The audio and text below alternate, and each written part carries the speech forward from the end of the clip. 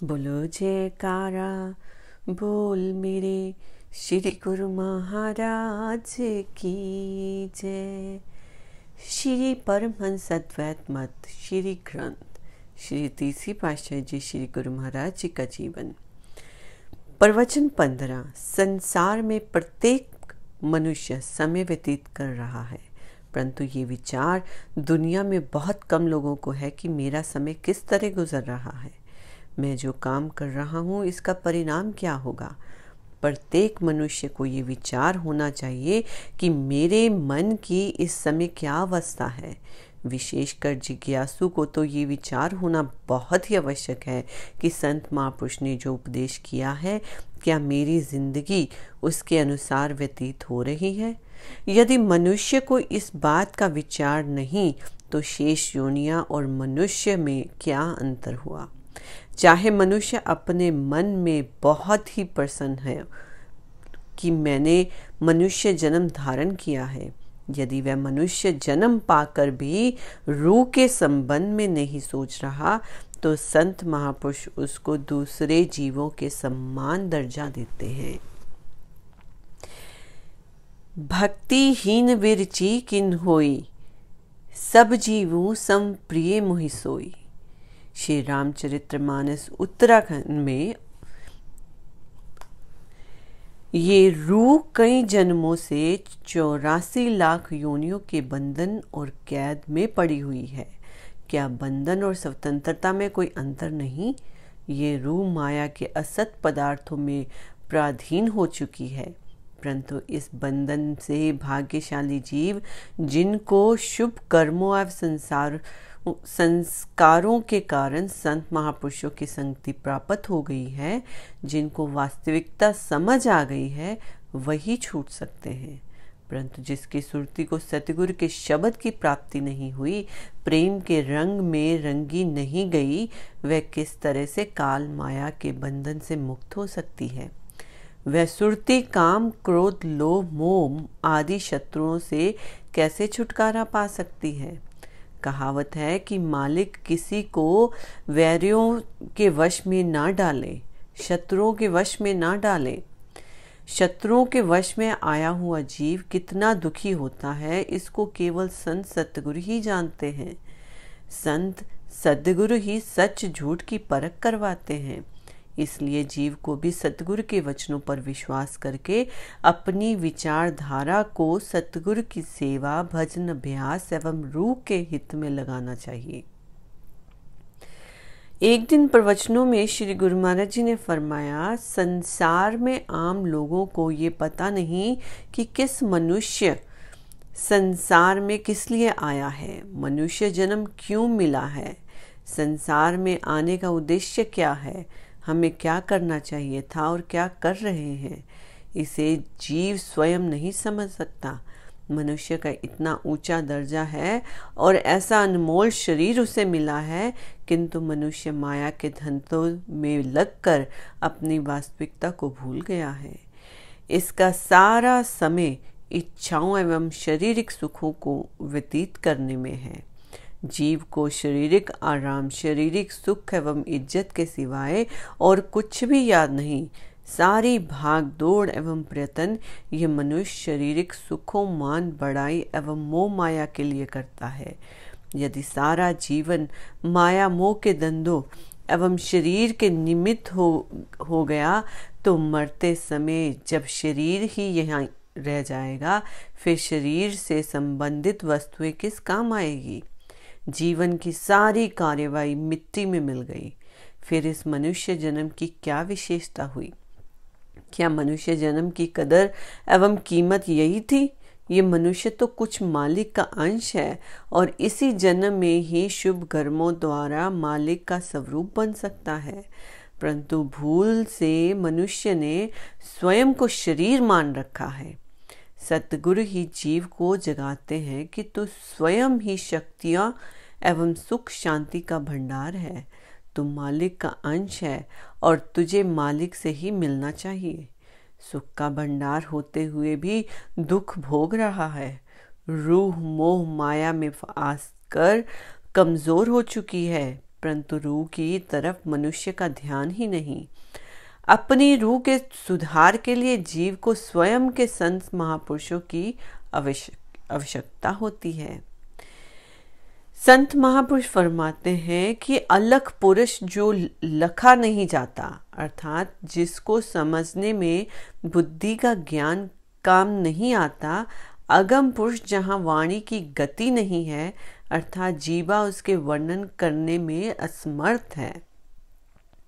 अके पुरुष जो जीवा से कहा नहीं जाता, अर्थात मन बुद्धि इंद्रियां और वाणी से परे जो कुल मालिक का स्वरूप है, यदि इसको देखने की इच्छा है तो उसको देखने का दर्पण सतगुरु की देह है।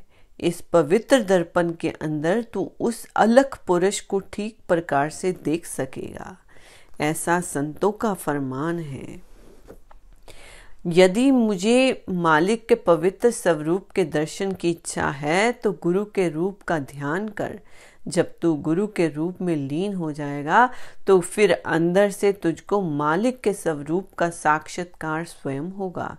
इस प्रकार से मनुष्य को समय के संत सतगुरु की चरण शरण में जाने तथा उनके उपदेश पर आचरण करने से ही आत्मिक आनंद, आंतरिक सुख एवं शांति प्राप्त होती है। एक दिन प्रवचनों में फरमाया, सज्जन पुरुष बुराई से सदा अपने आप को बचाते हैं क्योंकि वह कुसंगति के प्रभाव को जानते हैं। कुसंगति का क्या परिणाम है? कुसंगति का विष है, खाने वाले विष से अधिक विषैला होता है। खाने वाले विष को तो पान करने से दुख क्लेश आदि का प्राणों के अंत के साथ ही अंत हो जाता है, परंतु कुसंगति का विष तो इतना भयंकर है जो जीवन भर के लिए दुख कलेश आदि में डालकर जीवन को भी नष्ट कर देता है और जीवन में तथा जीवन के बाद भी घोर नरकों में डाल देता है। अब प्रश्न ये है कि क्या परमात्मा ने ही ऐसे जीव बनाए हैं जिनकी संगति से बुद्धि मलिन हो जाती है, अथवा सज्जन पुरुष की बुद्धि में स्वयं ही विवेक होता है? इसका उत्तर यही है कि परमात्मा ने तो कर्म अनुसार सृष्टि में जीव उत्पन्न किए।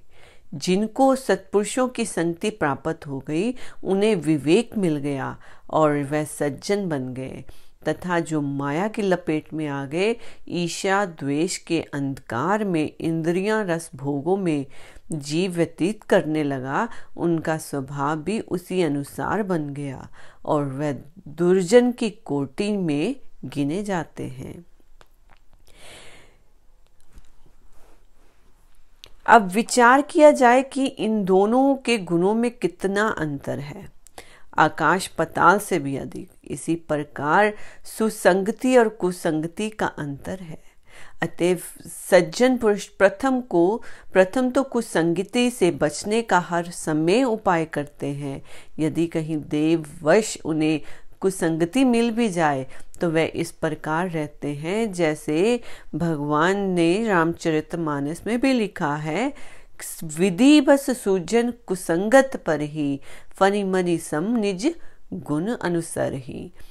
सांप में सदा विष होता है, परंतु मणि उस सांप में रहती हुई भी विष को ग्रहण नहीं करती, अपितु सर्प को प्रकाश देती है।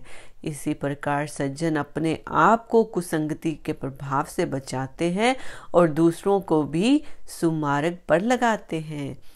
संत पुरुषों की संगति प्राप्त कर सद्मार्ग ग्रहण करना ही कुसंगति से दूर रहकर अपने जन्म के लक्ष्य को प्राप्त करना है।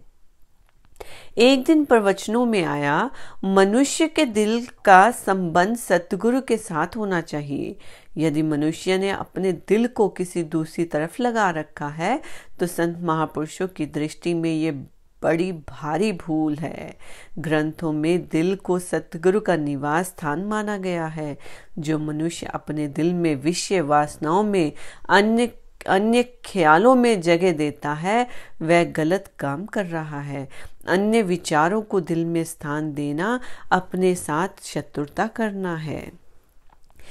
ये दिल मस्कन गुरु का है, गुरु ही इसका मालिक है। ख्याले गैर हुआ दाखिल तो दर्शन हो नहीं सकता। यदि मनुष्य ने अपने दिल को मोह ममता तथा धन के लोभ में या मान बढ़ाई की तरफ लगा दिया और इन्हीं के ख्याल में दिल में बसे रह गए तो मनुष्य उस मालिक के दर्शन नहीं कर सकता। इसलिए यदि मालिक के दर्शन की इच्छा है तो अपने दिल से संसार की वासनाओं को निकाल दें और दिल में उस मालिक का आसन बनाएं। यदि कोई मनुष्य विषय विकारों में उलझकर अपने दिल में सांसारिक इच्छाओं को जगह देता है तो संत महापुरुष इसे अच्छा नहीं समझते। इसीलिए अपने दिल को द्वैत भाव तथा अहंता की मलिनता से साफ करके अपने हृदय के सिंहासन पर परम इष्ट देव को विराजमान करना चाहिए। एक दिन प्रवचनों में आया कि अपने आप को चोर डाकुओं से बचाने के लिए लोग किसी ऊंची मीनार पर बंदूक लेकर चढ़ जाते हैं। वह जगह इतनी सुरक्षित होती है कि वहां पर चोर डाकू नहीं चढ़ सकते।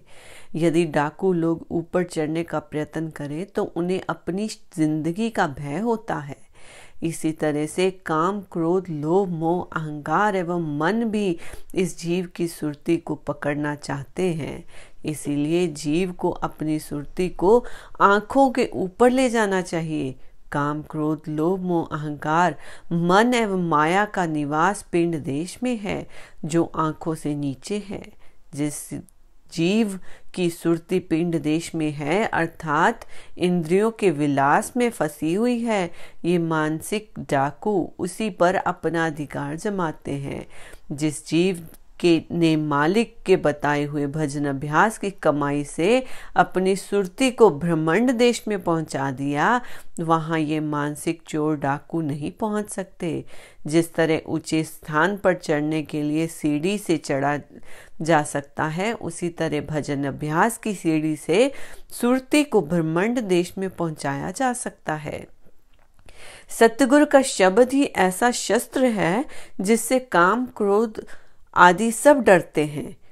जिस जीव के पास सतगुरु का शब्द है, जो उनके बताए हुए नाम उपदेश का अभ्यास करता है, जिसने अपनी सुरती को इंद्रियों के सुखों से अलग करके ब्रह्मांड देश में पहुंचा दिया है, उस जीव को काम क्रोध लोभ मोह मन माया काल से कोई भय नहीं। ब्रह्मांड देश में उस जीव की सुरती पहुंच सकती है जिसने सतगुरु की सेवा सत्संग वैराग्य तथा प्रेम के साधनों से मुक्त अपनी सुरती को निर्मल एवं उज्जवल किया है। मैली तथा विषय सक्त सुरती ब्रह्मांड देश में नहीं जा सकती। इसीलिए अपनी सुरती को सत्संग एवं वैराग्य के साधनों से पवित्र करके भजन अभ्यास के द्वारा ब्रह्मांड देश के ऊपर सतलोक में पहुंचाना चाहिए। इसीलिए ये बात ध्यान देने योग्य है कि बिना सद्गुरु की कृपा के जीव की सुरती ब्रह्मांड देश नहीं पहुंच सकती। प्रवचन 20। सर्वसाधारण लोग संसार में दीपावली के दिन माया की पूजा करते हैं। वास्तव में करनी चाहिए भगवान की पूजा। भगवान सत्स्वरूप है, माया तो उनकी दासी है और माया में अपना मन ना फंसाते हुए भगवान की पूजा करनी चाहिए। परंतु लोगों ने गलत मार्ग अपना लिया है। वास्तव में दीपावली के दिन भगवान राम अयोध्या में आए थे। उनके आगमन की खुशी में अयोध्या वासियों ने दीपक जलाए थे एवं खुशियां मनाई थी। अब उसी दीपावली के पर्व को लक्ष्मी पूजा का दिन माना जाता है। भगवान की अपेक्षा लक्ष्मी की पूजा होने लगी। सुखों के भंडार ईश्वर को भूलकर जड़ वस्तु माया की उपासना ये जीव करने लगा है। आम लोगों की इस भूल को संत महापुरुष दूर करते हैं। मालिक तो सच्चित आनंद है, उसकी पूजा करो।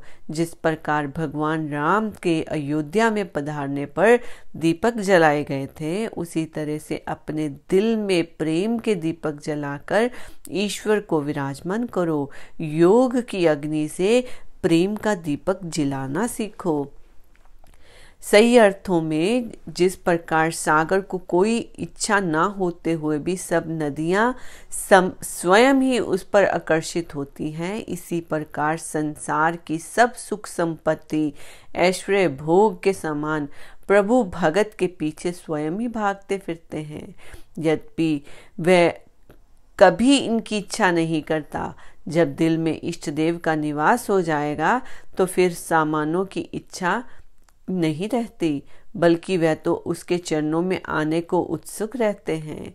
जीव सतगुरु द्वारा बताए हुए भजन अभ्यास की कमाई में योग अग्नि का दीपक जला सकता है।